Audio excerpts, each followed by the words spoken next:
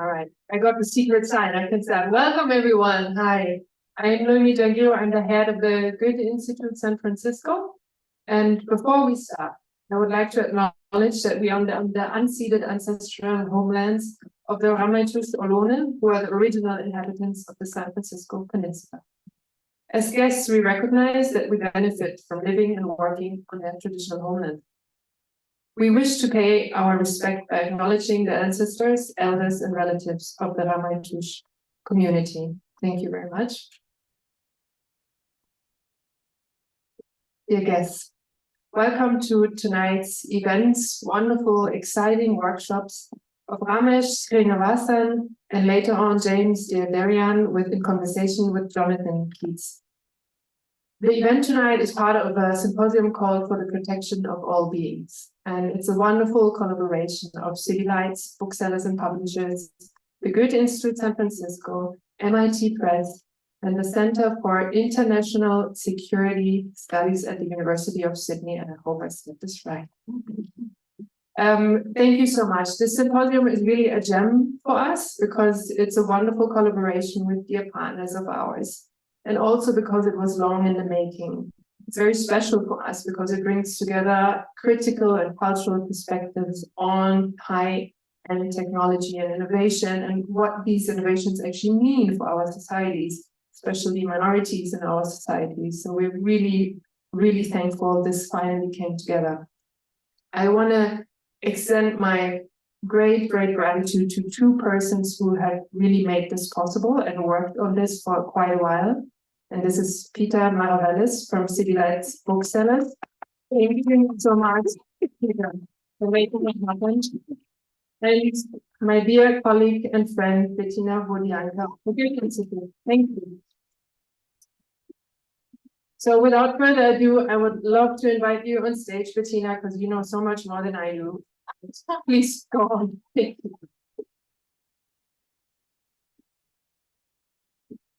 Thank you so much. It was so exciting to be in one room after lectures online today. We kicked it off. And now being here with all of you together I can't even tell you how precious this feels. We had a talk today with Cheris Grove. We had one with Finn Brunton and one with Fred Turner. And this was already so inspiring. And I am so happy that we are now welcoming Ramesh Srinivasan, and with the beautiful title of Technologies of Life, embracing the interconnections between people, beings, past, present, and our dreams. Ramesh is a professor at the Department of Information Studies and founder and director of the UCY Digital Cultures Lab. The research group analyzes how new media technologies shape our economies, cultures, politics, labor, and environments across continents. Paving the way for a more democratic internet that benefits all. As an academic, an author, engineer, social scientist, and policy advisor for US Congress members, Ramesh is also invested in a truly hands-on approach to make these changes actually happen. And as an academic, I might say, for me, this is so extraordinary that this is all involved in your work.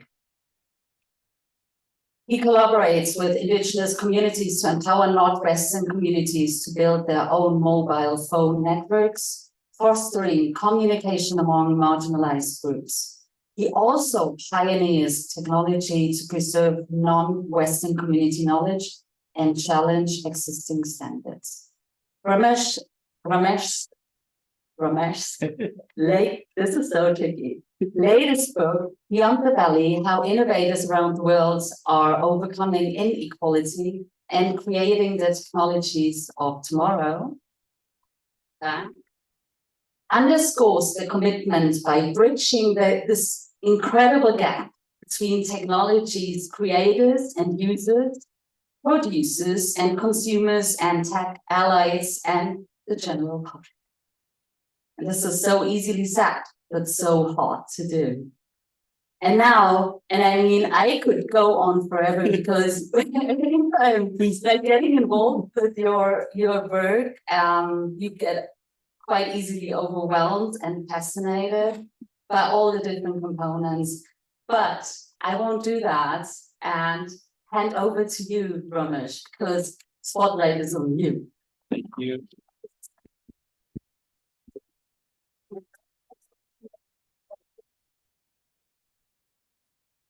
Hi, everybody.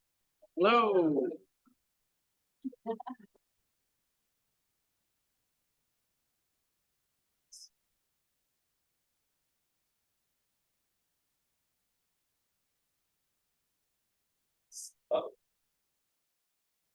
Test. Here we go. So I'm going to see to it that I'm not confined to the lectern like some kind of grisly old professor, which I'm soon becoming. My deepest thanks to Bettina and the Goethe Institute. I was and Imogen and all her colleagues, all their colleagues. I, for fun, go to Goethe Institute events often in Los Angeles, and I can't recommend their programming highly enough. They're almost always free of charge, or maybe always free of charge. And you see everything from great music to art to movies to events like this. And to my dear, dear friend, Peter Maravelis, we've only hung out a few times, but it's been real. And Peter is one of the really important forces behind City Lights. Think about what City Lights represents in San Francisco and in the Bay Area, right? And City Lights is what's up.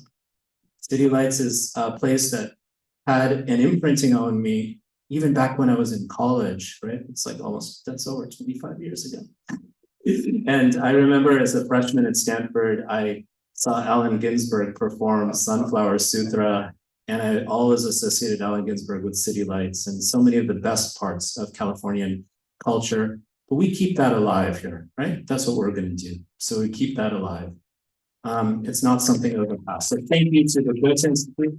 Thank you to Peter. Thank you to all of you on this hot day, deciding to come and cool off a little bit here in this like super slick, beautiful room in the Exploratorium, which I used to go to back when it was near the Palace of Fine Arts back in the day. And these are some ways you can keep in touch with me. All right, so this is the way often my talks go. There'll be a little bit of biting critique, but I think it's pretty analytically engaged and driven. And then I start telling stories. And the stories might be part of the critique part, but then I think we're going to start dreaming, but not dreaming in a way that's displaced from reality, but dreaming based upon where we look and how we look and what we listen to, right? So I wonder how many of you think that a bunch of data being collected about you really represents who you are. I also wonder how many of you are aware of what data are being collected about you, who's collecting that data, how long is that data being stored for? How many of you know that your credit card records can be aggregated with data you might post on Instagram or Facebook or TikTok and so on? So data collection, aggregation, and retention has become a reconstruction of identity far displaced from ourselves, right? So that in itself is a major threat in my mind to the demos, right? The root of the term democracy, where people have power, because it tends to be private, non-state actor and states that do this collecting. And of course, as we know, well, some of this data collection that occurs is extraterritorial. But it also gets to, I think, a very important philosophical point, which is, are we as living beings, not just humans, but all living beings, very much to the spirit of what this conference, this workshop is all about. Every talk in this workshop, all amazing. Are we truly able to be represented through a series of numbers that are being collected about us? Is that representation appropriate? Is that representation something we're okay with? So there's a certain kind of philosophical, or perhaps I might say ideological trespassing that's occurred over just the last, 20 or so years. And that accompanies some major transformations that have occurred, which I think many of you are aware of, which is that there has been an exponential decrease in cost for the processing of computing power, as well as the storage of data, right? So how many of you here had a 2 terabyte hard drive 10 years ago? I'm hoping no. Oh, you did. How much was that? You were rich then, huh? So basically, that cost is exponentially higher than what it is now. You know that, right? So the storage of data became essentially infinitesimally inexpensive. The processing of computing power became infinitesimally, again, less expensive for what you could process and compute. So that basically laid the groundwork for this world where almost anything and everything that is possibly can be collected about us in a quantified way, in a calculative way, is being collected and analyzed and computed upon. So that creates a reconstruction of self and an ordering of populations, right? So for some of you who are familiar with Foucault's great work on governmentality, you can see in biopolitics, you can see that playing itself out now through technologies of what he called technologies of calculation, technologies of calculation. Who's calculating us? In what ways? How is that ordering our lives? How is that ordering societies? Those, I think, are very, very important issues outside of the hype machine associated with technology. Oh my God, the Clubhouse. Oh my God, NFTs. Oh my God, ChatGPT. We go on these waves of mania and dismay. But let's get back to the basics, questions of what life is all about and how these forms of private, extraterritorial, or extrinsic to ourselves modes of calculating and computing can influence life itself. And this is coming to me in a very personal way. Of course, we all lived through this pandemic. And during the pandemic, got me really thinking about these big questions of what is life? What is life all about? Keep in mind, COVID-19 is a form of life, but it's a form of life that's created through certain transgresses perhaps humans have had upon other forms of life, right? Depending on which model you buy, whether it's the lab, right? Or in my opinion, or the market, right? If it's the market model, the commingling of species and the end of territorial habitability of certain species to be fairly distinct from one another generates mutant forms of life. This is something that Achille Mbembe, who's been a huge influence on me, and I'm going to be talking about him in a little bit, calls mutant power. Mutant power is a new form of power. So outside of all of that, yes, we are in this age of AI. And when we think about the term AI, how many of us really know what we mean by AI, or what they mean by AI, or who means by AI? What is meant by intelligence? What is artificial and organic versus organic, right? And similarly with those questions, we can ask a lot of other questions that we just simply take for granted. I mean, my editor made me put the word innovators in the title of my book. And the reason why we did that, though I don't really like the word, is we were trying to take it back, right? Why is innovation iPhone 15 versus iPhone 16? Is that innovative? Is that resourceful? Or is that resource depriving, as I'll touch on later? So there's certain terms, disruption, innovation, intelligence, artificial intelligence, that have been pushed upon us by branding campaigns and by the fact that we're all extremely overwhelmed and multitasking constantly with these digital streams of information that are all around us, obviously through our mobile devices, that in a sense can be paralyzing as well. There's a paralyzing effect, at least in my own life. I never know what to watch when I log into something. So I just don't know, I don't watch anything. Or I just say, hey, YouTube, order it for me. Uh-oh. All right. So one of the protagonists, of course, for today is, and some of you have seen him in the news, is Sam Altman. I interviewed Sam for my last book. And I interviewed Sam in particular because he had been funding universal basic income projects and basically showing what we know fully well, the UBI payments to people, like we saw during the pandemic, right? That's a type of UBI kind of approach, are actually being used by people for very, life empowering activities, right? Healthcare, education, taking care of kids and so on. Okay, good. It's good to trust in other people. And that's what that kind of his studies showed. But then I was asking myself the question, why is he and so many other of our tech barons, and I use that term intentionally.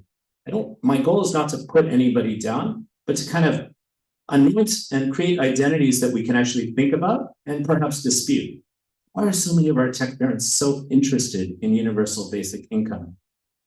Well, here's one hypothesis. If our data are the basis by which their platforms are evaluated, and we're all worthless, in a kind of neo-feudal type of system, it might be good to give everybody $1,000 a month, What about a model where anything that the public invested in, from roads that Amazon vehicles use, by the way, from the internet that was paid for by US taxpayers that started at my university, UCLA, 50 years ago, over 50 years ago now. What about any private platform, any private valuation-oriented technology that lives upon public investment? What if the public owns some equity in that organization? That's a universal basic dividend model. Super progressive, I get it. But that could be a way to set the scales so that we can move more toward win-win models rather than this kind of zero-sum model. This is an argument I made on Andrew Yang's podcast when he interviewed me about 2 years ago or so. So I think these are the main things. The other thing I wanted to quickly mention is that two things actually. First is note how Microsoft invested huge sums of money in OpenAI concurrent with cutting thousands of jobs. What do you think about those two things? I think it's very important to look at things in connected ways and try to stitch together narratives of what might be occurring. So the precarity of work, certainly secure work, is connected with investments in mimicry systems. That's the other point I wanted to make. These systems like ChatGPT mimic human behavior. They're not semantic. They don't understand concepts, which was the obsession in AI back when I was a student of Marvin Minsky's. I took 2 classes with him at MIT, right? So what AI was is totally different than what this AI is. This AI is using algorithms that are called stochastic parroting. Stochastic models are probabilistic models, but parroting, think, what do parrots do? You say something, they say it back to you, right? So I'm not trying to diminish the ability of these systems to appear human-like in their expressivity, but it's important to recognize this is not a form of life we're engaging with, nor is it Terminator, which is what a lot of, Yuval Harari, Tristan Harris, all these people who are making a lot of money say that. But why do they say that? Because they want to shield us from the reality that what is actually occurring are political and economic issues that are threatening the demos.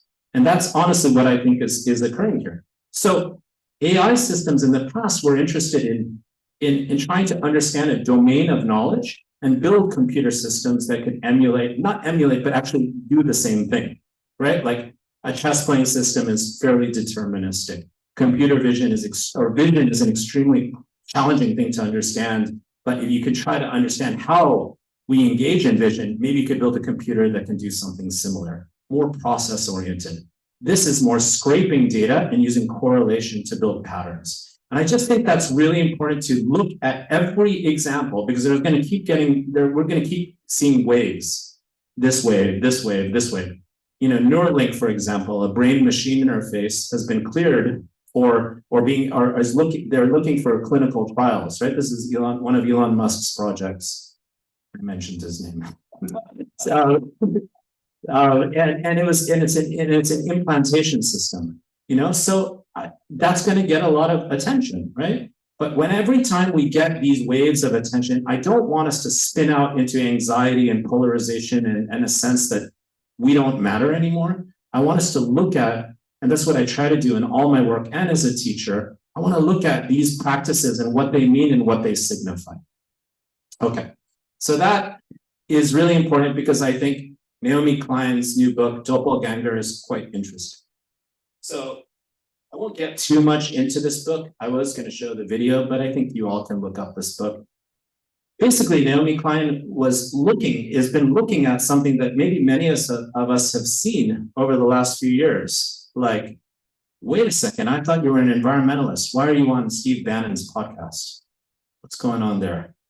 Why is RFK Jr. getting so much popularity while sparing at times some conspiracy theories?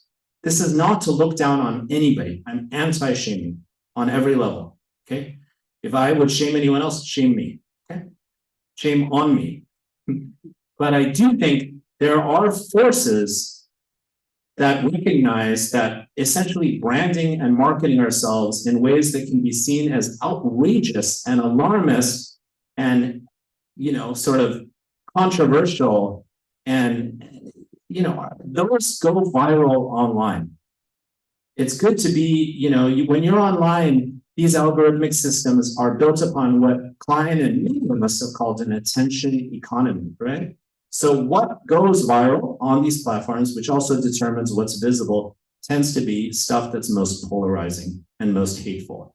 So that can lead to a situation where Noemie Wolf, the environmentalist author, who was advisor to Al Gore back in the day, can be quickly confused with Naomi Klein, and then Noemie Wolf gets shamed and shamed and shamed, starts spreading conspiracy theories, perhaps for her own benefit, perhaps because she believes in it, or perhaps because she's been so excluded, and then becomes even more popular once she's deplatformed on Twitter. How is that possible? Because digital systems are like hydras. We only pay attention, many of us, to perhaps mainstream media or dominant platforms, but other ones exist as well. You can have what Naomi Klein calls a shadow self, right?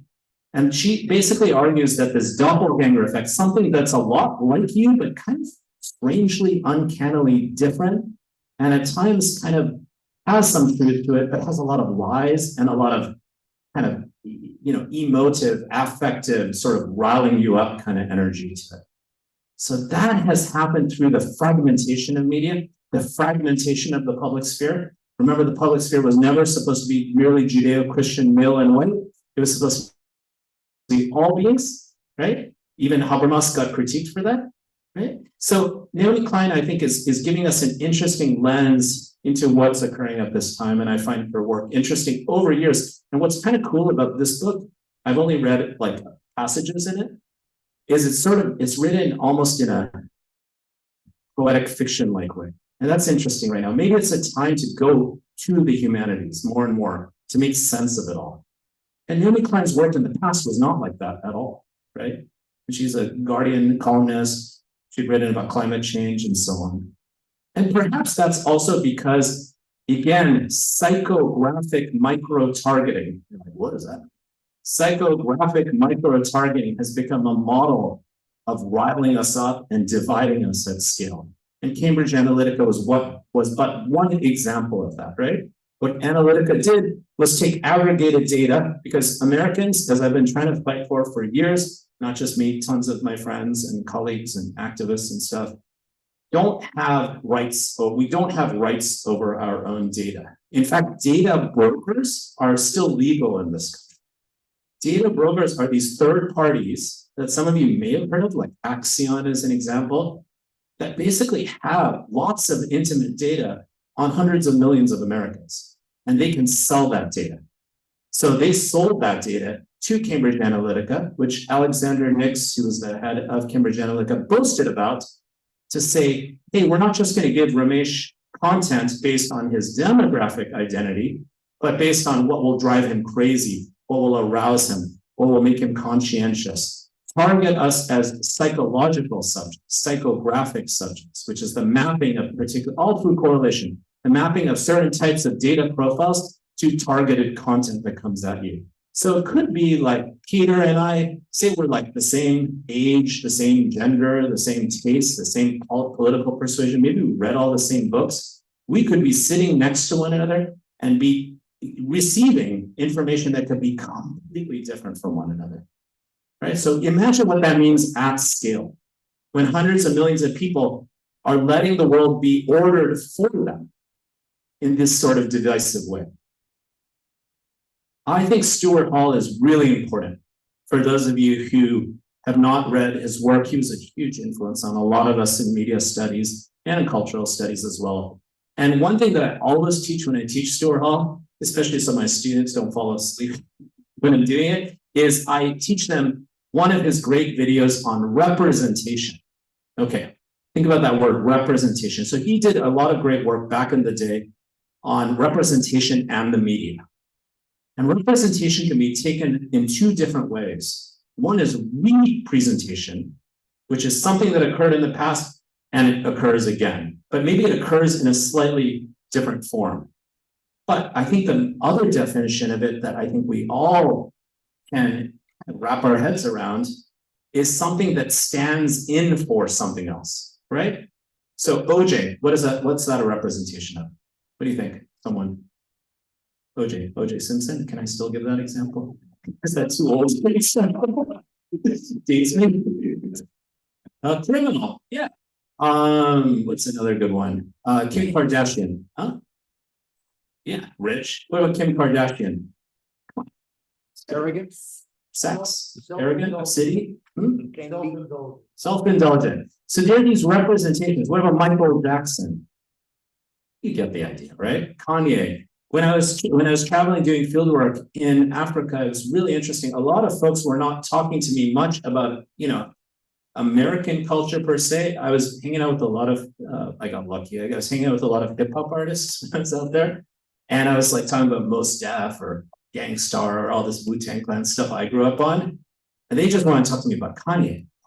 What does Kanye represent on an extraterritorial level, right? It's an interesting question, right?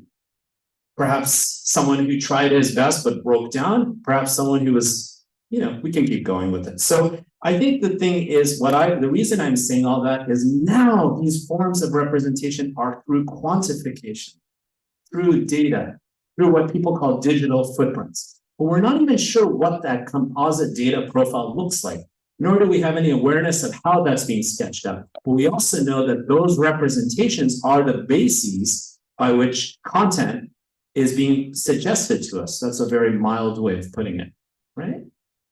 So what if your own sense of identity and self is not so much based upon something that your own relationality, your own ability to be, I can be this way with you all now, but if I was speaking in a much more uptight, stuffy, kind of corporate event, I'd be pretty different. I would say different things. I get to have that power to relate to my surroundings and other beings of all types in whatever ways I want. The way I am with all of you is very different than I am with my dog Viva. Believe me. So that's something that at least we get to shape, right? But what if third parties are doing that to us and their whole business model relies upon such?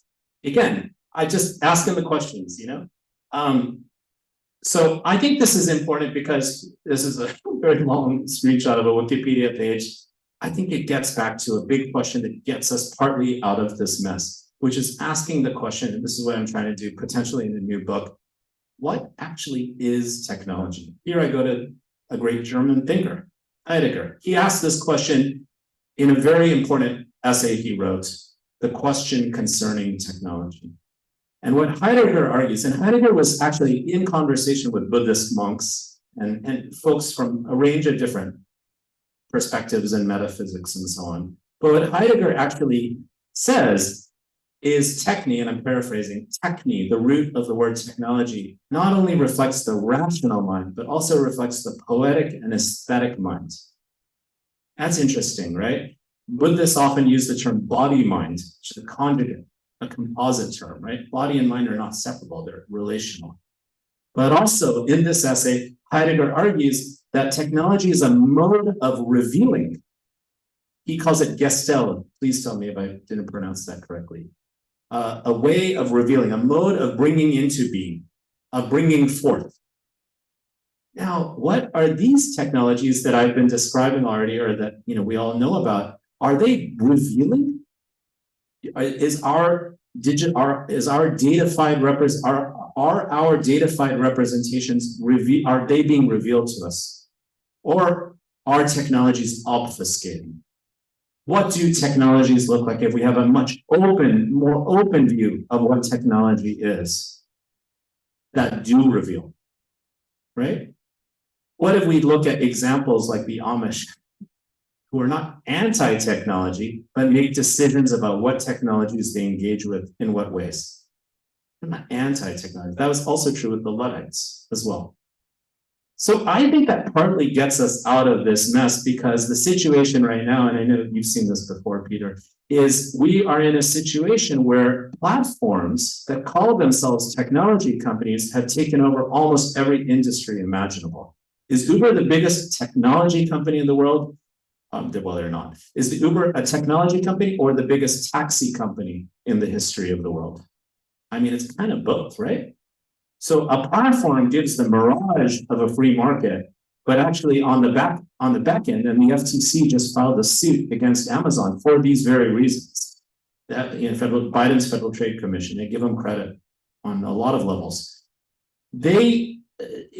You have that sense, oh, I can find anything on Google. That's kind of true in a sense. It's not actually true, but okay, fine. But what determines that ordering, right? Similarly, with Uber, I've attended Uber drivers striking, even though they're not workers, they've never been treated as workers, they're gig workers in Kampala, Uganda. That's like thousands of miles away. How does a gig worker driving for Uber in Kampala strike relative to a company that's based here in San Francisco? How do you do that? What does that collective action look like? It's just a question, you know? Similarly, I don't think it's that different than a drone dropping a bomb on you or spying on you from, I don't know if that's the stratosphere or what sphere that is. How do you protest that drone? The invisibility of governmentality, right? The invisible ways in which these strings and levers are being pulled are spatial, they're temporal, they're technological. So this is, I think, really important also because of the business model. This is why they've valuated it so much, many of these companies. Own almost nothing and hire almost nobody. Right? I mean, are Uber drivers really treated like employees? I don't think so. You know, they don't have wage floors, they don't have health care benefits, etc. Right? Amazon workers in fulfillment centers often have to wear wristbands that basically quantify their productivity.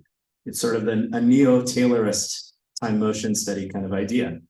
Amazon drivers have multiple cameras inside the vans. I don't know how many of you know this, that are monitoring and gathering biometric data and observing their productivity.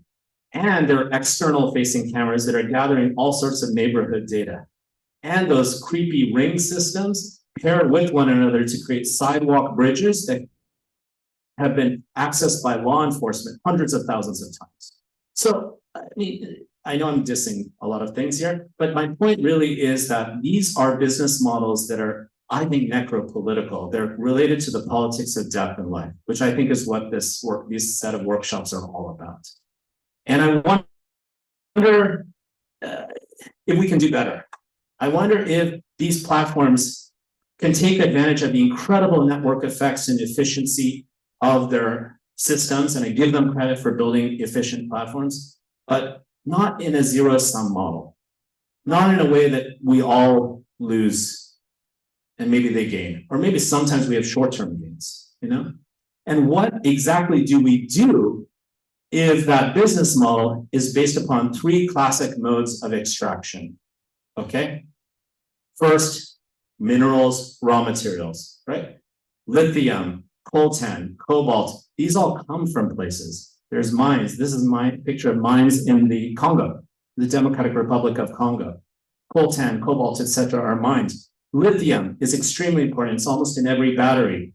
How many of you knew that there's lots of lithium in Afghanistan? So the Taliban have partnerships now with China because of lithium. Or I've spent time in Bolivia. There's a lot of lithium there as well. So these are not sort of invisible resources. They have material connections to places, people's histories, and so on, and labor practices, right, as well.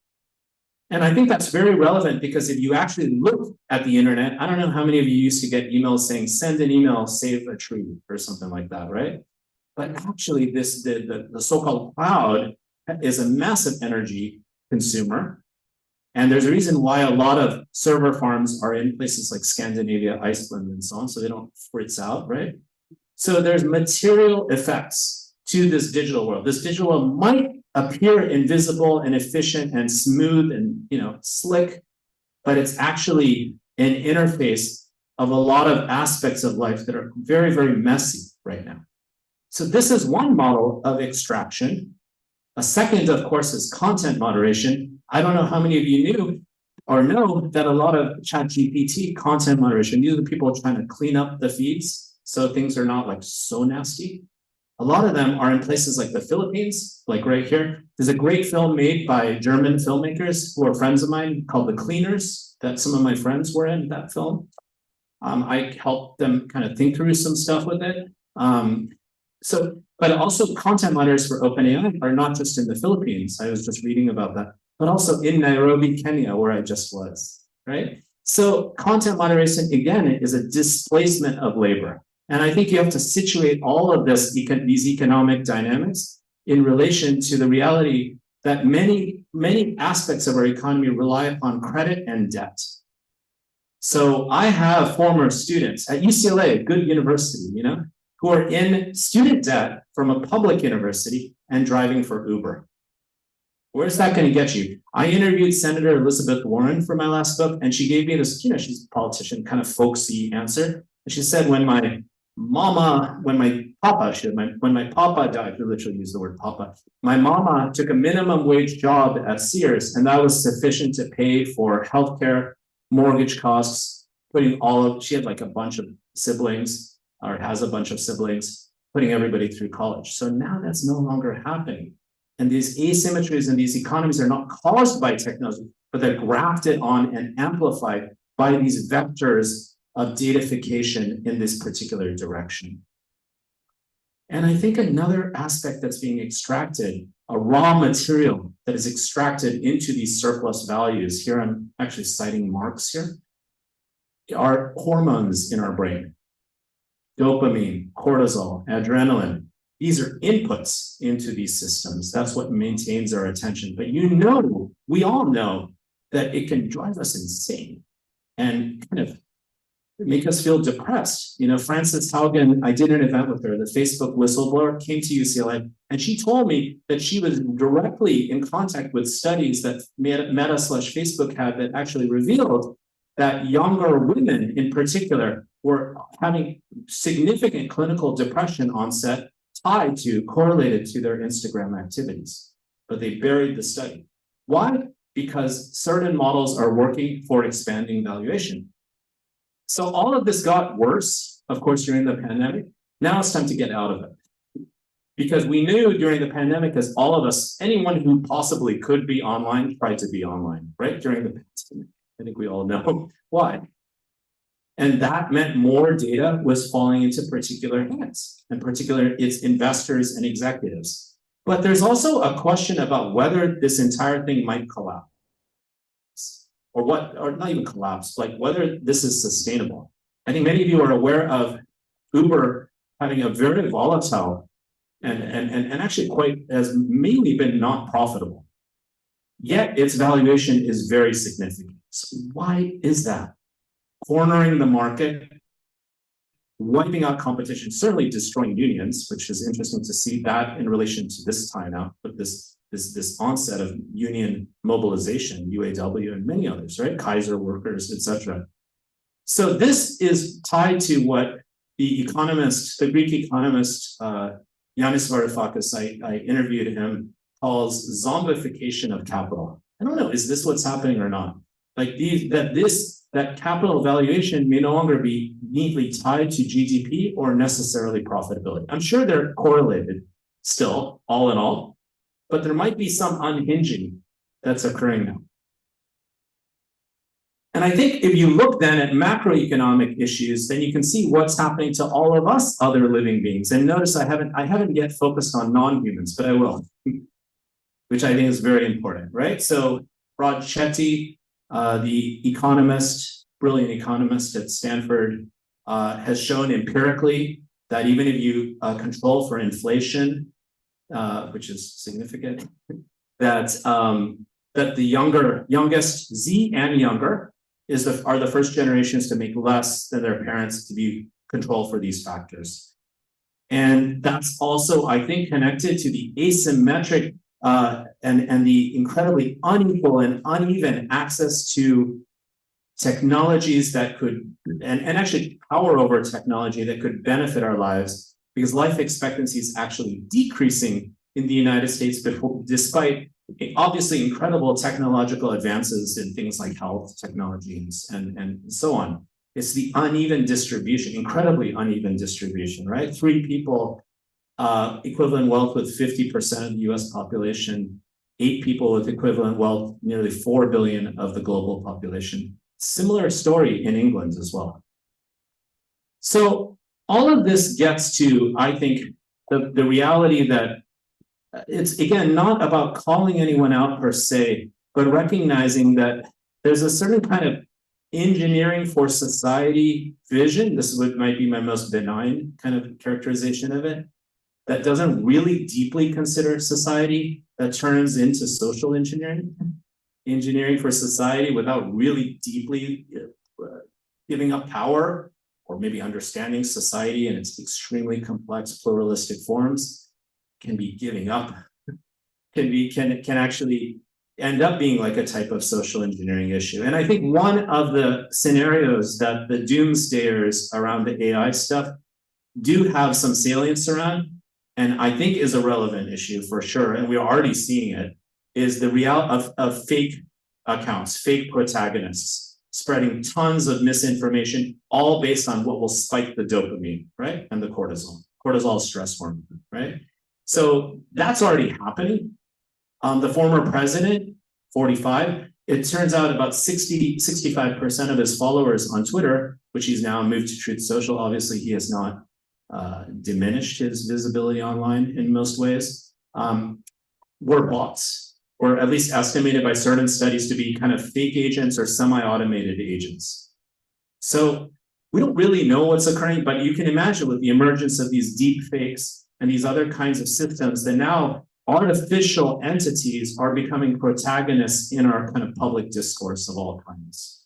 I think that is a huge, huge problem, and they are right about that. But then the other, and sometimes it's said in a kind of nicer way, is algorithmic bias, right? So I showed this, which everyone cracks up on, but the problem is most of those folks who were misidentified as criminals were from the Congressional Black Caucus. Why is that? Because databases from a society that has not truly come to grips with some of its racial issues, tend to be disproportionately Black and brown. Engineers who are building these systems are usually not Black or brown or from such communities. Data sets obviously are biased in a certain way, and these are being fed to systems of all types, courtrooms, policing systems, and so on. So that the reality means that Black folk and brown folk are likely to be misidentified and biased against by these systems. And I think there is some push to try to make that better amongst, I don't know how much in the tech companies, but in the business world itself with some of the diversity inclusion work. But perhaps we should also not just think about it as inclusion as much as what would a new form of accountability or a new form of design could look like, right? This is something that could be stakeholder-driven design. What are stakeholders in relation to an algorithm that might have an impact on the society of societies? Can those stakeholders be actively designing those systems, auditing those systems? There's a lot of things we can do about this. And this, my colleague described not as algorithmic bias, but algorithmic violence is the term she uses. We've also seen examples of hypothetical scenarios being fed into systems that might recommend certain prescriptions. It's another example of the bias or the mistakes that occur. That might be optimized for treating one disease, but they didn't consider all these other factors because it's extremely difficult, especially for an engineer who doesn't know health issues very well, and that's not their fault, to know what data sets to feed in. So a cancer patient might be recommended with medicines that might be bad for their heart. And that's what we saw happen in this particular case, right? So there's something that's deeply qualitative, deeply sociological, deeply embedded in place in people that could be the basis of redesigning such systems of all kinds. And I think that's one of the ways out of some of these issues. And of course, the automation issue, like I'm not interested in catastrophizing it as much as referring to what I was talking about earlier with GPT and the firing of work. and the gigification of work, or what some people in unions have described to me when I interview them for Beyond the Valley, the part-timization of work. So I think there's a lot of questions about what labor is going to look like. Obviously, we see during Biden's presidency, these movements afoot. I think people are recognizing that there are a lot of insecurities and precarities to life as it stands moving forward. And I think the question of how we all want to deal with this is a big, big question. So there's a lot of different approaches, but I think what dismays me perhaps the most, and this is a piece I wrote with my friend Peter Bloom, who I'm going to talk about a little bit later, is the sort of bordering that's occurring in tech kind of mogul discourse, right? I'm out of here. I'm going, like Bezos has said, I'm going to give all my funding. I don't know if he changed what he said. All the money I have, I'm giving for my for-profit space exploration company. Why do y'all want to take off the space? Are you okay with this planet as it is? The only planet we've known to be home? What's going on there? Why is Peter Thiel investing in subterranean bunkers in New Zealand? What's going on here? Right? I think there's an interesting question. Space, according to many traditions, Judeo-Christian as well, but many non-Western, indigenous, etc. traditions, is relational, right? I mean, for those of you into astrology, it's space and you, right? It's something that guides you. For indigenous peoples, space is sacred. There's a sacredness to space. Space is not an entity to be certainly colonized or privatized, but also not a way to get away from everything, especially the world that you have so much power with it. So like, what's going on here? Why are we at a point where gods and machines have become conflated in such a way that we don't have the ability to peel through it, look behind it? So I think that every single one of these issues can be challenged. And here's where I kind of shapeshift a little bit. And I want to talk about what I think occurs when large groups of people come together to say, hey, that's enough, you know? Let's change things. So obviously that's always occurred. Change has always occurred in many societies around the world, and it doesn't always work, right? The changes don't always happen that people strive for. I mean, we just celebrated the 12th anniversary of Occupy, or 13th, something like that. Can you believe that was 12 years ago? And that was contemporary, a little bit after this, which I was working within, which was the Arab Spring. Like back in 2011 to 2013, I was in Egypt, not all the time, but in the summers, looking at what was occurring, how all these people mobilized. And it was not because of Facebook or Twitter. It was because people tactically, strategically found ways to collectively act, which could involve using platforms in subversive and tactical ways. I won't get into it unless you want to talk to me about that, okay? So the point I want to make here, and here's where I turn to probably the biggest influence on my thinking in years, is the work of Achille Bembe, who's from Cameroon, lives in Johannesburg, is a really, really powerful thinker who is thinking about what a new utopia could look like. He calls it an oasis. An oasis is a place of calm that is under duress. It's very interesting. He asks, where are the oases, right? And what Achille argues for, and I couldn't agree with him more, is we need a new type of planetary consciousness, recognizing that the Earth is not a rock. It's a substrate upon which an agglomeration of beings live. Beings, not just humans, non-humans, but also perhaps some of those beings or those entities or those actors are devices and technologies and physical forms. So we have to look at the Earth as a collection, constellation of different phenomena, different beings. And some of those beings, he argues, they live, I don't know if the word is the astral plane, but are our ancestors, are our gods, are our descendants, are non-humans. There's great anthropological work about ghosts in the Amazon and how important ghosts play. And I'm not talking about Casper here. How important a role ghosts play in the lives of people in the Amazon. It's really interesting, right? So the point being that I think we can really look at this big question, and Achille is coming from an African context, right? So this is the youngest continent in the world. It's the fastest growing population in the world. It's the place where digital technologies are most rapidly colliding with people's lives. And I think we can, the question is that Achille asks, that I think is really central to how I'm thinking about this, is how do we move beyond the politics of difference toward the politics of repair? Moving beyond bordering constructs, including constructs of identity that have, of course, I don't know if they've taken over, but have become part of left discourse. They certainly have on the Steve Bannon side of things too, right? How do we move to the politics of repair? Repair is taking things that might have been once together that you bring back together. You repair. He uses that language, right? And so the question really is, as the earth, he argues, becomes less and less inhabitable because of desertification, you can see this in Africa with lots of climate migrants. How do we support the movement of all beings and figure out ways to share what we have, what we still have, and work together around those? Because obviously, I think we all know borders can be very violent, right? Why is it some people are able to immigrate to Europe while others, sub-Saharan Africans, are drowning in the Mediterranean? He asked this question. I think it's an important question. Why has the US-Mexico border been essentially extended to the Chiapas-Guatemala border? That's something I've seen firsthand. Southern Mexico and Guatemala, you see US-Mexico or US border interests actively thousands of miles, or I don't know, 1,500 miles or so south of the US-Mexico border.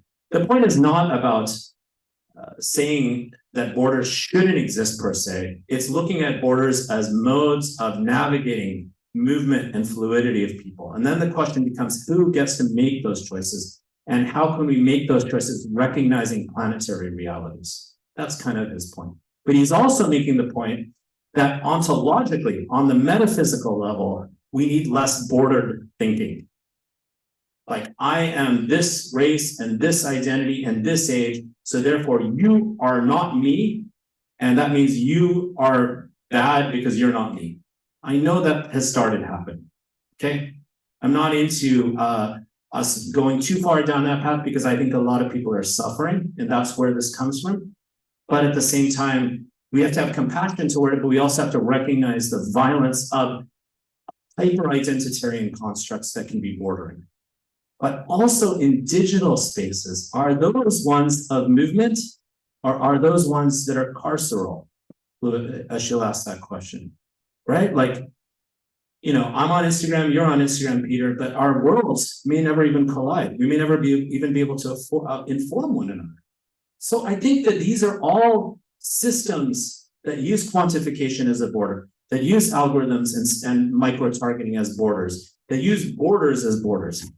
They use the sea as borders. They use certain ways of saying, this is the way we know things. There's no room for gods or spirits or beings. That's a bordering, right? And what he's asking is, can we move to the politics of repair?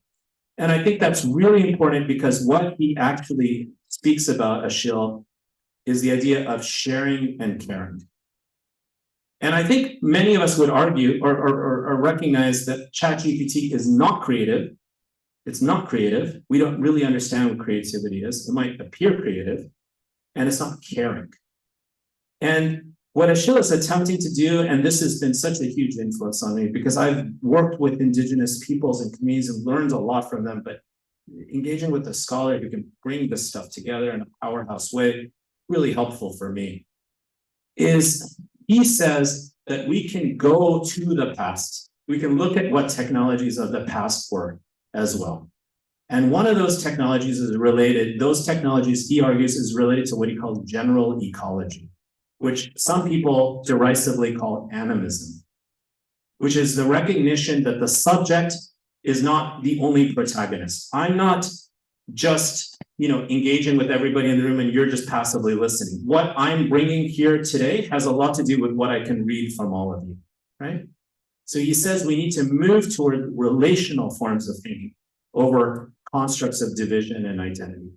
And I think that's a really powerful way of looking at things. And this is actually a tradition that exists amongst the Dogon, the Yoruba, many non-Western peoples, and exists in cooperativist, traditional American and vernacular cultures, European cultures. We actually have so many traditions that recognize that we are not alone. We're not alone. So how do we move technologies out of that individuation and quantification toward relationality and interbeing, which I'm going to get to in a moment. So now we go a little wild. So I want to give you a couple examples of this, and then we'll move to just chatting and conversing about this. These are my buddies in the Gikomba market. It's the biggest open air market in Kenya, in Nairobi.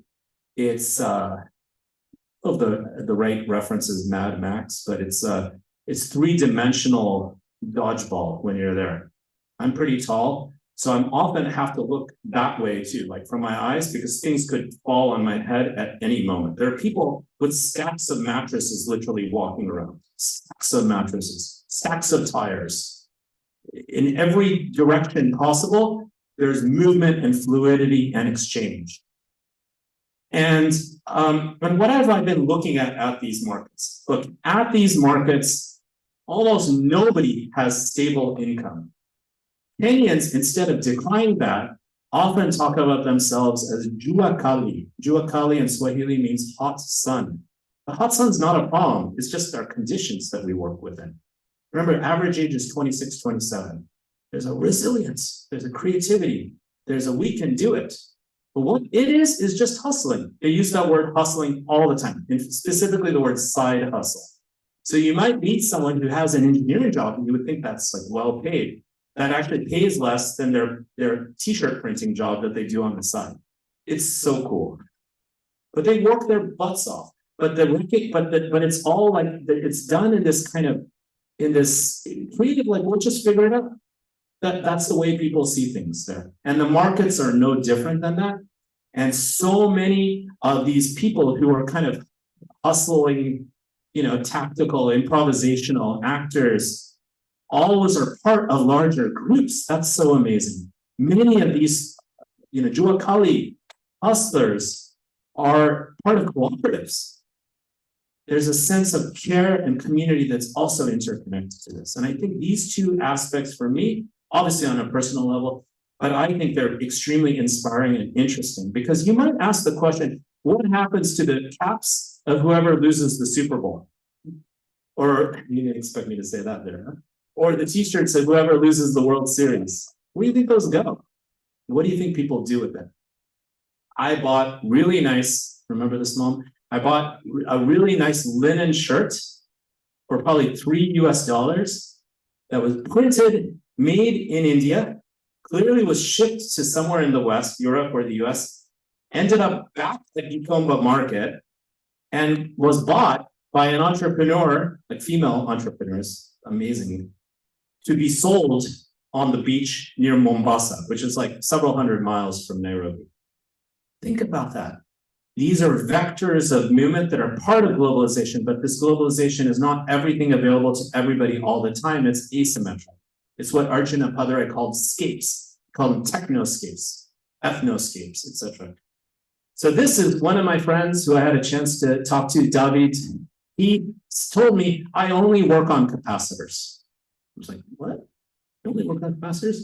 I was like, but machines use more than capacitors, transistors, wires, things. Oh yeah, well, I know all the people who can help with that because I work with all of them. And they all know where one another are in the market.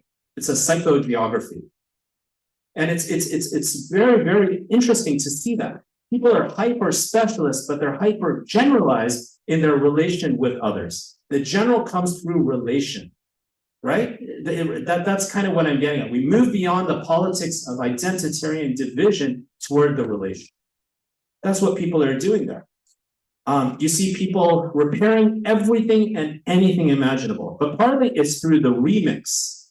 It's not just saying, oh, this phone is broken. Oh, wait a second, I'm going to pull this chip out of there. I'm going to use this plastic bottle from there, and I'm going to rejig it.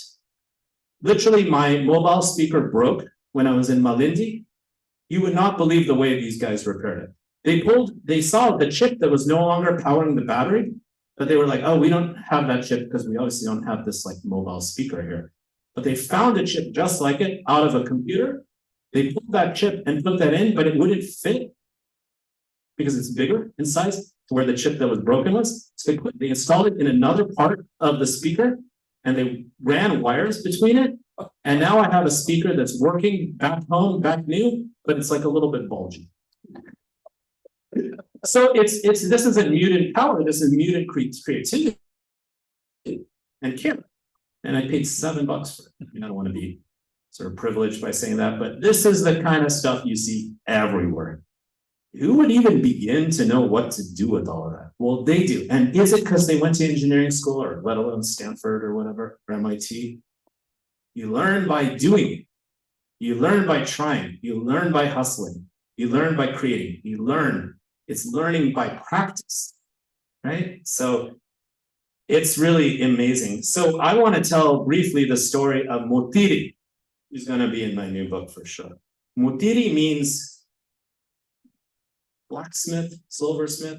You know, in a lot of cultures, people have last names that are connected to their profession or form of trade, many cultures, right? So Motiri's last name is blacksmith, but his grandfather was a swordsmith. How cool is that, right? And Motiri is something of an alchemist, I think.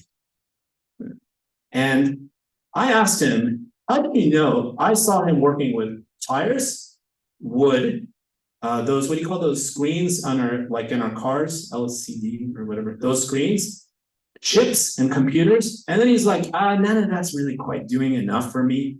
I want to go and do some, what do you call that when you blast paint? I forgot the powder coating. Powder coating. I was like, you went from all those to doing powder coating? He's like, yeah, that's the one that's working for me. But to be able to set up his stall might be a generous way of putting it. To accomplish this, he had to rewire, with his friend's help, it's always people helping one another, the entire electrical system in his basement area. And then he set up a heat sink around that place where the electrical system was rewired, so it could accommodate very high temperatures of this coating. And I asked him, why, like, how did you learn to do this? How do you know how to do this? Some of this reflects like the third law of the law of thermodynamics. How did you know how to do this? And he was like, oh, I was born with it. No. So yeah, whether we believe that or not, I think that's kind of interesting. There's a sense of pride and there's a sense of chutzpah, I can do it, you know? And I also see this all the time with the matatus. The matatus are these crazy minivans. Take your life in your hands. I don't mean that literally, and get in one of them. I was literally in a matatu. I'm 6'2", 6'3", Minnesota Timberwolves. How random. With 21 people sitting in one matatu. You would not believe every part of my body had contact with like another human being. 21 people in one matatu. There's Bob Marley matatus, of course. There's Nas matatus, the hip hop artist, for those of you who like Nas. There's matatus of all types. I saw one matatu with pictures of Malcolm X, Martin Luther King, and Mandela next to one another. And matatus are super beautifully painted, you know, as you can see, and they're all collectively and cooperatively out, right? So it's actually pretty fun to talk with people in Kenya about the matatus because they kind of bring up a lot of chuckles and people like to talk about how they're crazy, you know, but it's also like fun. It's how most people get around. Why? It's a fraction of what Uber would cost, right? It's a fraction. So this is all interesting. And I want to give you a few examples from a neighboring market that I've spent time at, the biggest open air market in all of East Africa. And at some point, all of Africa, which is the market in Addis Ababa in Ethiopia, amazing country, called Mercato. So, by the way, happy 2015, everybody. That's the year it is in Ethiopia. The time is different. They're like, well, we know Jesus better than anyone else. Jesus was born this year. And by the way, it's 2015. It's 8 years later than us. It's a very, very, very unique culture that can't be really defined. Again, relationally defined. There's a lot of connections to the Middle East, the Abyssinian culture, the East African culture. You see that also in Kenya and the coast and so on. So this is me entering a market, the biggest market, and I was combing it last year and this year. This year just a few days, last year longer, called Min Alesh Tera in Amharic. Min Alesh Tera means what have you got? What have you got? You got some tires, got some plastic bottles. Look at that. Look at that. And you got guys like this who are just taking things apart and rebuilding them, rejigging it. In India, of course, they have a term jugaad that people refer to this as well. One of my favorite examples of this is, I don't know how many of you know, Ethiopians are very proud of their coffee, and their coffee is really good. I saw Nescafe bottles. Everyone knows Nescafe. For any coffee drinker, Nescafe is the worst, right? At least that's my opinion. I'm a coffee drinker. So I saw people taking Nescafe trash plastic bottles. How they got there, I have no idea. Beautifully polishing them. Of course, meticulously pulling off any trace that the bottle had Nescafe or any connection to Nescafe on it, and selling it to people who then use those bottles to fill up those bottles with the good coffee. I just think these kinds of little vignettes speak to something that I think is really interesting. There's a sense of pride, there's a sense of care, there's a sense of relationality. You know, classic ethnographic anthropological work, which I'm clearly influenced by, looked at bazaars, for example, in the Middle East, in Morocco, like Clifford Geertz's work and others, and all of us saw how these practices are relational. They're about families, they're about relationship, they're about kinship groups, they're also about secrecy at certain times. Amazing, and a lot of fun to get to work in these places. And I like the precarity of it, but there's no real precarity. I only think that's precarious is people pickpocketing you, but I have like zip-up pants and I also have like hands here while I'm talking to people. It's been a fun adjustment. And then I want to talk to you about what happens when Juakali, that's a word in Swahili, not Amharic, has a roof all of a sudden. That's what my friends at AB3D have been doing, Africa-born 3D. And they have been building 3D printers out of all waste. 3D printers. You might be like, who cares about a 3D printer? But it's amazing that they're able to build it. How are they able to do it? Well, they're able to do it. I want to show you this actually. Here. This is my friend Solomon, who, Mom, he has your iPad. They take plastic trash bottles, heat them up, clamp them, and use them to print what's called filament or create filament. Do you see that plastic foil stuff there? That is not bought. That's not something you can access there. If you could access there, it would be extremely expensive. They create their own filament, which is what is used to print 3D printers and what 3D printers print with. It's super recursive. And then they pull stuff out of photocopiers and Xerox machines and build like, you know, simple structures around it with wood and other materials, and they're able to build 3D printers out of all waste. And the 3D printers are blowing Chinese 3D printers away in their performance, and they're actually equivalent to American 3D printers. And you might be like, why should I care about a 3D printer? It's not about the 3D printer. It's never about the technology. It's what you can do with it and what goes into it, right? And that's a microscope, all built out of trash at some point. Hundreds of microscopes are in schools all over East Africa that never could afford microscopes before. People are also printing medical devices using these 3D printers that all started with waste. And they're printing, of course, cool ornaments for the minivans, the matatus. So everything has these relationships. There's all these relationships, but these relationships are not by peering into the abyss of a platform. They're based on active engagement. They're situated. Okay. So that's Solomon in action. Well, even the World Economic Forum is interested in this. It's a huge opportunity, right? Because there is a huge electronic waste issue. We know that our iPhones are designed to die, just like Monsanto seeds are designed to die. There's profit in death in those particular cases, but you can also recognize that things like electronic waste deeply impact, just like waste of all kinds, soil, water, air, and so on. So the World Economic Forum, even in their circular economy, hello, even in their circular economy vision, have said that billions of dollars will be recouped through this. Someone cut me once I talked about the World Economic Forum.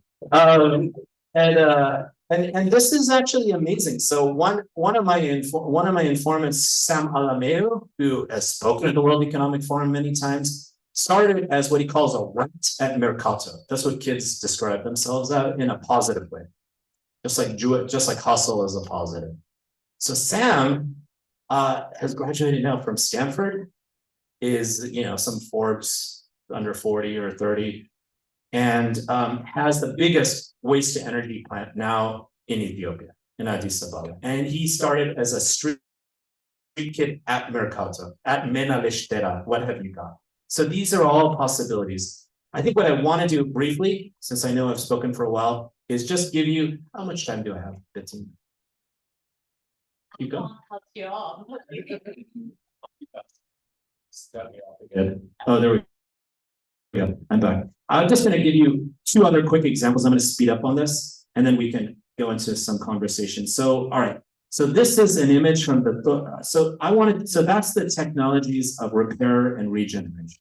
That's the first piece. The second, I believe, is very powerful are the technologies of interconnectivity.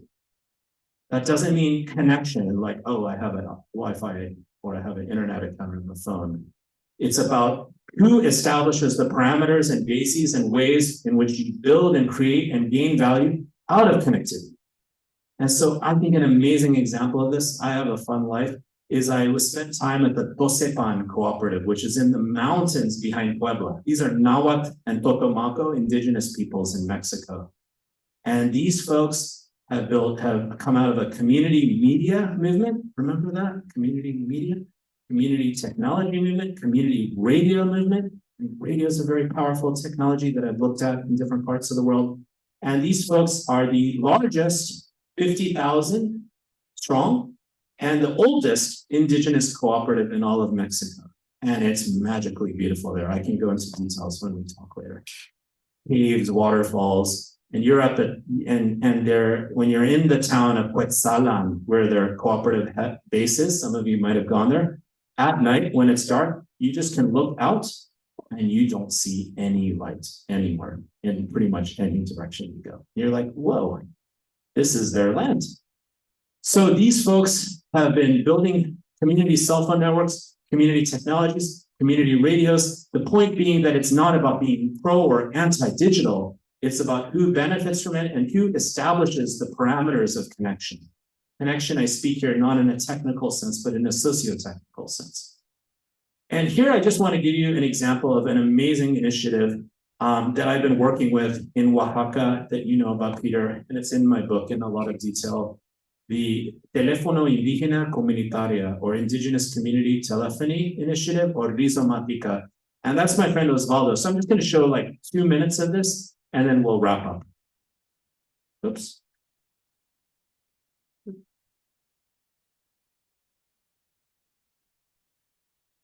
If it works. It's 2 minutes.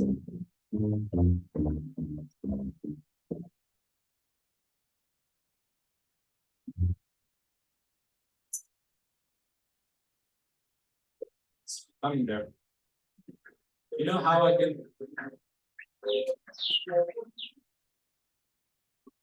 Thank you for your help.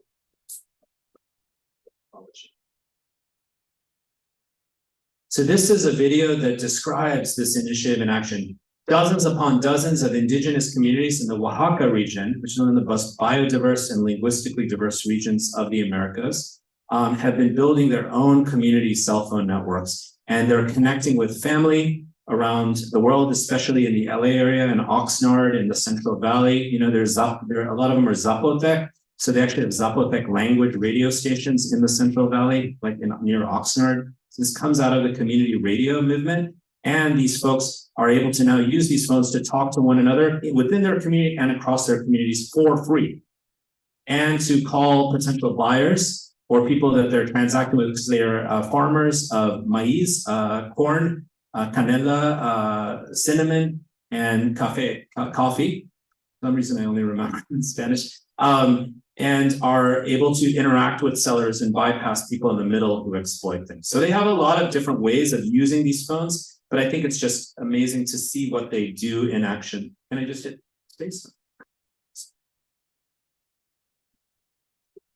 La autonomía en sí es, bueno, desde mi saber vida, lo entiendo como el poder construir cosas, hacer cosas con lo que tengamos. O sea, la autonomía construida desde nuestra visión, ¿sí? Sin depender tanto de cosas que vengan de fuera y que a veces rompan con la forma de vida, la forma de visión que tenemos nosotros como zapotecos. Primero empezamos con la radio, en sí, la radio. ¿Por qué? Porque aquí no teníamos, o los medios de comunicación que nos llegaban noticias de Veracruz, que es el que más estamos cerca. Nos llega la televisión, las grandes televisiones llegan, pero de la región no había nada, o sea, no nadie nos decía qué estaba pasando en un pueblo, qué había en otro, Entonces dijimos, vamos a establecer una radiodifusora. Y empezamos con la radiodifusora, dimos primer paso a nuestra autonomía. Andando en esto, decíamos, tocamos puertas, decía la gente, es que necesitamos cómo comunicarnos por teléfono. Fuimos a las oficinas de Telmex para teléfonos domiciliarios. Lo primero que nos dijeron es que son pueblos chiquitos. Empiezan esta reunión en Talea con 30 autoridades comunales, escriben una carta a la SCT diciendo, por no sé cuántos años hemos estado pidiendo este servicio, no se ha cumplido, y nosotros ahora hemos investigado y vemos que hay esta parte de la ley que nos ampara y nosotros mismos vamos a empezar a dar nuestro propio servicio.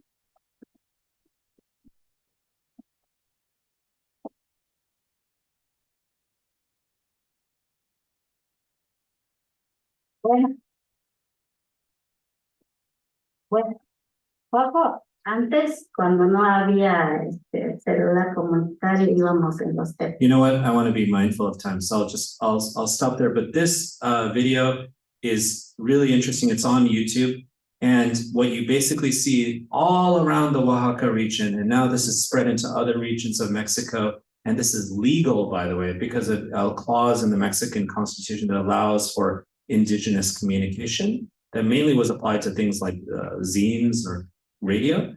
Then now these communities have been able to establish digital connectivity of different forms that work for them on their own terms. And I get into a lot of detail of how they actually design these networks. They have to work with the climate there. It's crazy cloud forests, beautiful. With bamboo, with local, they know ways to protect these networks based on their understanding of local materials. So perhaps part of what this is a return to local power in relation to different peoples around our planet, but also recognizing the planetary components that people like Bembe, who I mentioned earlier, have warned us about. Oh, sorry, I didn't follow your instructions.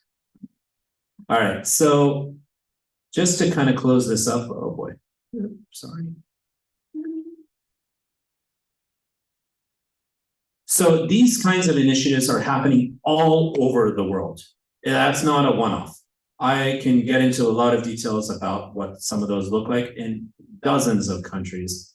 Even here, children of Zapatistas have an initiative who speak different kinds of Mayan languages, have a project called Ictacop, which means words in the wind. Think about the models, the cosmologies that drive it. These are also communities that hang umbilical cords on trees when their children are born to mark that territory is communal and that the birth of a child is not connected, is also the tree giving birth.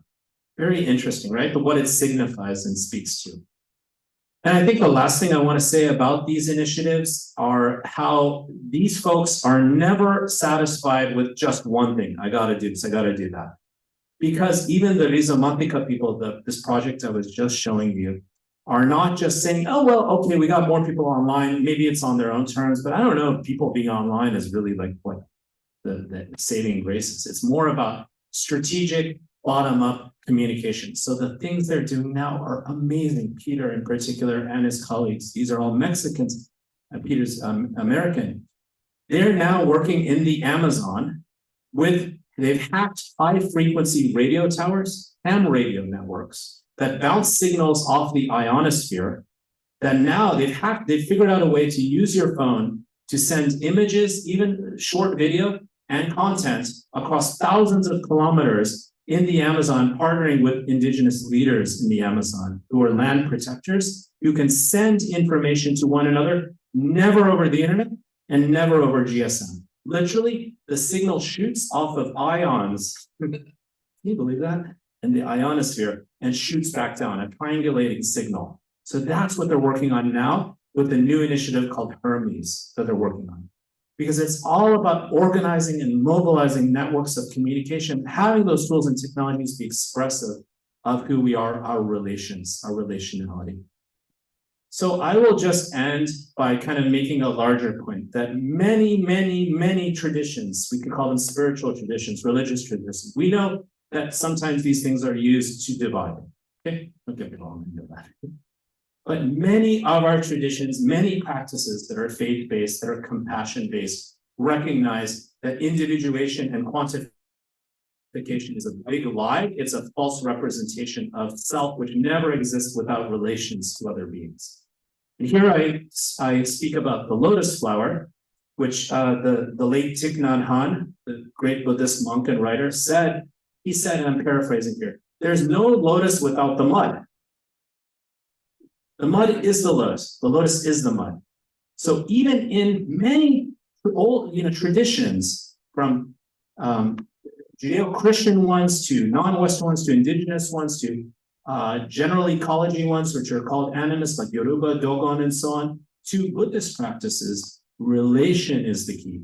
Recognizing that everything is impermanent, and it's actually just about connecting and being to that which is around us. So before I go too hippie spiritual at the end of this talk, I want to just end it and open us up to have some conversations about the many things I hope I was able to raise today. Thank you so much.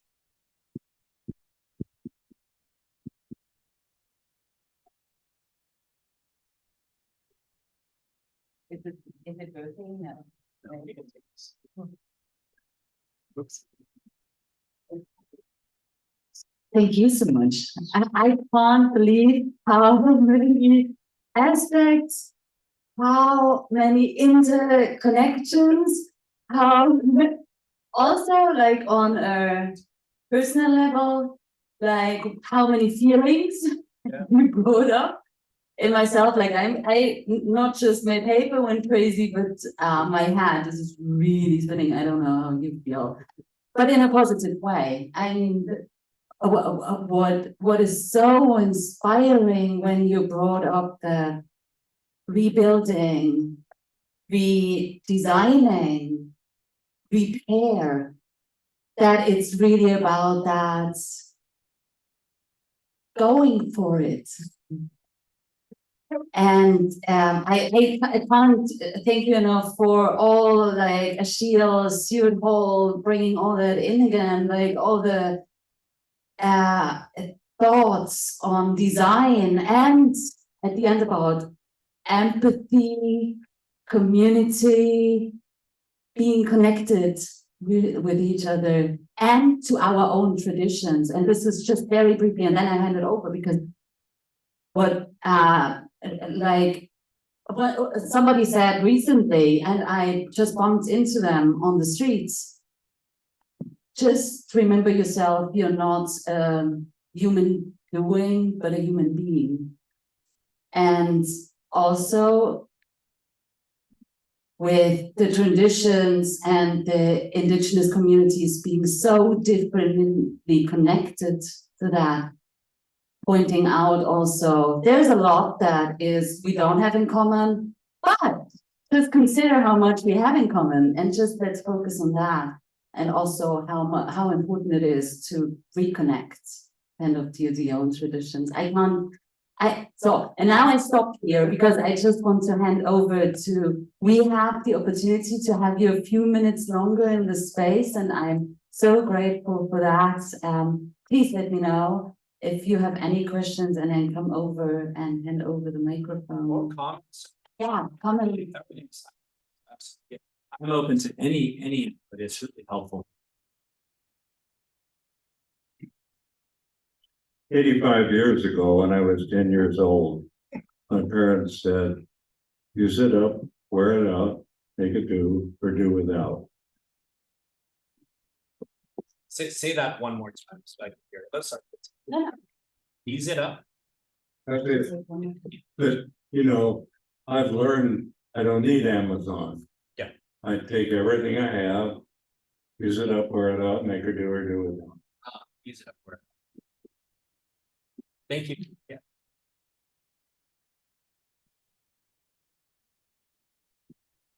I really appreciate the exuberance of the market and the creativity and the fun and all of that. And then there's the other part of me that wants to say, what are the institutional forces that could make it so that people don't have to hustle like that? And so I just, you're only giving a positive spin on that. I just wanted to hear your view of the other side of that.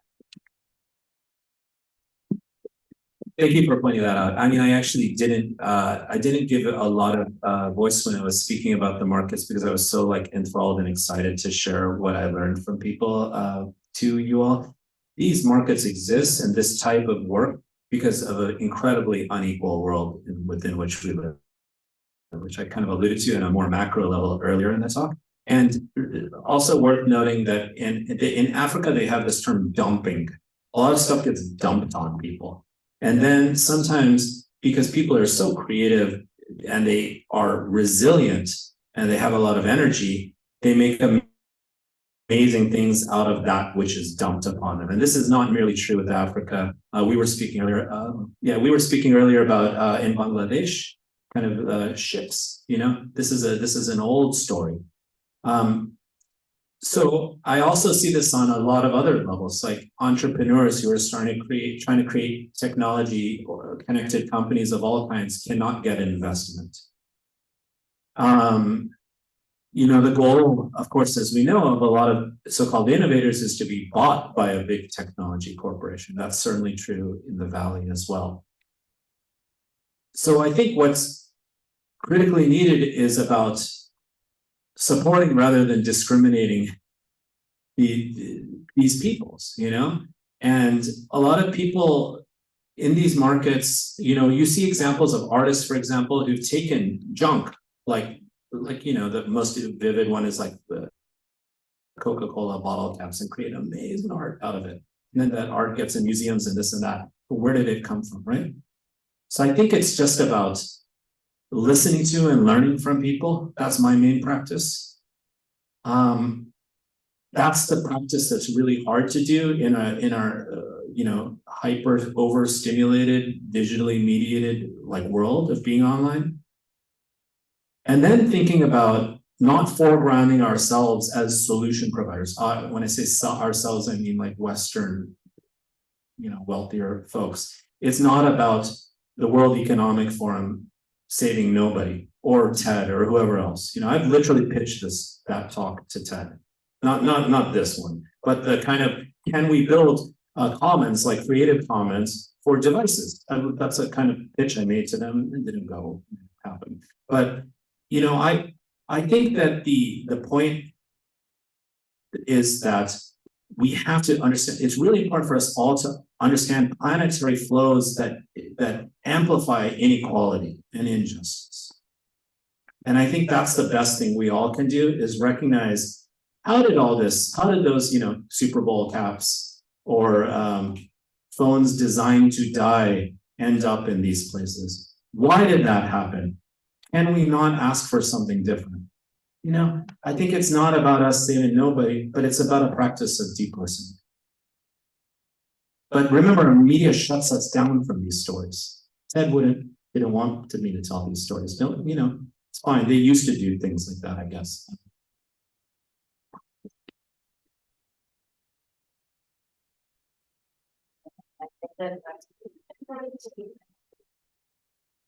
Thank you so much for that revolting talk. Can you talk a little bit about guardrails? Because guardrails, like when very similar to the indigenous community that you talked about, that you're going to see that 0 to 1 jump. Everything is going to change. Not so much how the community protects itself because it's going to evolve, but what can we do from our side when we bring that in? Yeah, I think first it's to not assume that any technology that's created here or in Europe, for example, is inherently Western in its deployment, in its manifestation in other lives, in other worlds. Achille actually talks about how people treat mobile phones sometimes in sub-Saharan Africa, like, I don't know if the word is living, but quite active entities. But that said, the guardrails have to be based on a sense of care and compassion and maybe recognition and understanding of this amazing planet, the only planet we've ever called home.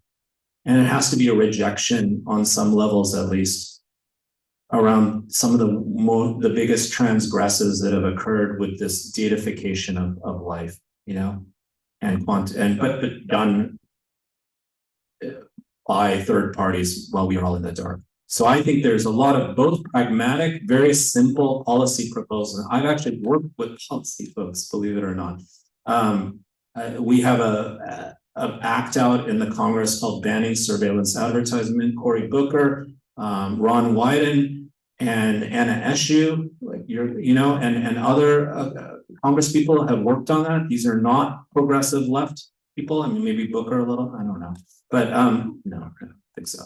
Yeah, not really. So I mean, so that's one. Or I think there are things that can be insisted upon around the protection of work and economic security, right? I think that Americans across the board, we're way more similar than the media makes us out to be, and certainly the social media makes us out to be. Americans across the board do not want to be spied on. They don't want to be spied on by the state or by private corporations. Leading the fight against big tech are the Republicans right now, for their own reasons, okay? That's how interesting is that? The so-called defenders of free speech these days are Republicans. I mean, at least in the most vivid way. So look, instead of being like, oh, that's what Noemie Klein calls the doppelganger situation, instead of like decrying that, what are the ways, what are coalitions that can challenge things? So I think I have a bunch of ideas, which I've called the Digital Bill of Rights. That's just using American vernacular to try to get it out there, right? But basically, there's a lot of things that could be done. Disclosure of data being collected, opt out as the default, banning data brokers, having hiring auditors to audit systems and algorithms, making sure that that adjustments to work are equitable.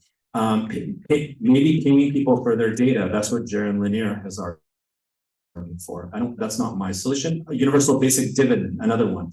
There can be stakeholders involved in auditing and designing various systems. Some of the algorithms could be at least heuristically made visible to the public. Journalists should be protected amidst the threats to GPT and of course the polarization that I'm describing and the ways social media companies have taken over for journalism. They should be protected. So I just think there's so many things that could be done, but I think the question is how to politically astutely try to attempt to do those things. You know, our state has made some inroads in some of this. Other countries have made some inroads in some of this. But at the end of the day, it's just a recognition that a lot of it is built upon public investment, and the public is owed a debt of allegiance and care by those who monetized public funds. Even the web, right? The web was an intranet at CERN. All of these great inventions, a lot of them come thanks to public investment. National Science Foundation funding was hugely helpful in many developments. So I think we just should look at that. So again, it's kind of like your question. It's about where we look and how far we look. And I think it's best for us to focus on that which we have influence and power over, rather than think we can solve anybody else's issues or challenges. Many people think African peoples are full of problems. Of course they're full of problems, like we all are. But their problems are not inherently better or worse than ours. They're different. And the claim to know what their problems or challenges are is something that I honestly feel very uncomfortable with. Okay, one last question. Last question. Sorry, thank you very much for a really exciting and engaging talk. I am not as eloquent, so with apologies, I'm going to try to gutter out a couple of thoughts to share with you. You brought up so many things all at once. Oh, sorry, everybody. Two things. I'm going to try to get out of two things. One of them is easy. Do you happen to know a fellow named Ben Servini? You probably should, and you may have interacted with each other at UCLA back in the day because we're probably the same age. But anyway, he's currently doing a thing called the Foundation for Public Code, and the idea of the intersection of the whatever municipalities all have code, and we should be all leveraging the same stoplight app. You know what I mean? Like there's just public code, and the municipalities just don't have the subject matter expertise. And who the hell is brokering that, right? Yeah. So it's a consortium of people. They're founded in Netherlands, but they are actually getting inroads in places. They just did something with Santa Clara recently, anyway. Super interesting and sort of aligns with a bunch of the stuff that you're talking about in terms of public. I'd love to check that out. Yeah. And a lot of municipalities also are running ISPs and mobile services. I don't know how many of you know, we pay a lot more for our internet and mobile access for the quality of bandwidth than other countries. Like when I wrote that book, it was 6 times better service per cost in South Korea than here. Why is that? It's not because we don't have the technology. Someone's in the middle, a little ghoul or gremlin monetizing everything from the platforms to the pipes, like the internet. Yeah, that was the easy one. This is the stuttery one that I'm going to try to get out and ask for your 2 cents on, because you're really pointing at something that I thought was super interesting, but it's like the intersection of two things, right? Which is the desire of the machine, such as it is. I think you'll understand when I use euphemisms, right? Like the machine wants data. It's hungry for data. It lives on data, and we are giving it all the data. And so, cool. So there's the needs of the machine and our participation in that machine. But in the way that you described the sort of oneness on the side of the spirituality and was another frame. And the intersection of those two things was, I think, really interesting, because we talk about people sort of bowing to the gods of technology, but that really frames it in in that belief structure. Really, it's a question of resolution. If only we had more data, then we would have a more complete picture, and then we would have the truth. Then we would have a representation, right? So it's really not a question of process for believers. For the record, I'm not a technology believer that I'm describing here, but in that context for the religious believers, then isn't it just a question of resolution? Yeah, I mean, I think so many interesting things. Thank you. Oh, I appreciate it. These are great questions. Thank you. Yeah, I mean, a lot of problems that are often created by technology, people think they can throw more technology at. That's something that is often described as solutionism, techno-solutionism. Like, for example, like racist algorithms. Oh, well, the technology is better because it's neutral and it's better than a racist judge, right? Like these kinds of things. So I guess what I'm getting at is more data is now not necessarily better. It's all about whether data should be gathered, how it should be gathered, who curates it, who owns it, how long it's around. My question should right? My active question Yeah. have been, how do we resist the notion that we've identified this problem? And Yeah. with everything that you said, I'm like, yes. But now, I mean, if we accept my stipulation that the machine is hungry for data, Yeah. Now I know that, but I literally cannot cut off giving it my data. There's another book that I'll throw at everybody called Weapons of Math Disruption. Yeah. Super fascinating. That's what I was alluding to with the auditing thing. That's Kathy O'Neill's suggestion. Yeah. To your point, it's out of my control. How do we stop the machine from consuming the data that I have no control over anyway? I think that That's the problem, I just don't know what to do. yeah, I don't think these regimes of gathering more and more and more data to do whatever are necessarily going to be interrupted or changed, though we can try to contest those things. We can work with our local ACLU, we can work with our local representatives who actually stand up for things. We can, but then also I think a lot of it is our own personal practices, right? Like how much do we choose to be sucked in by these things? How open are we to exploring things? And we have a life that puts these technologies, recognizing their affordances as well as their problems in their particular place. And we look more widely for alternatives. I don't think any single one of us will have power to change all of that. That's overwhelming.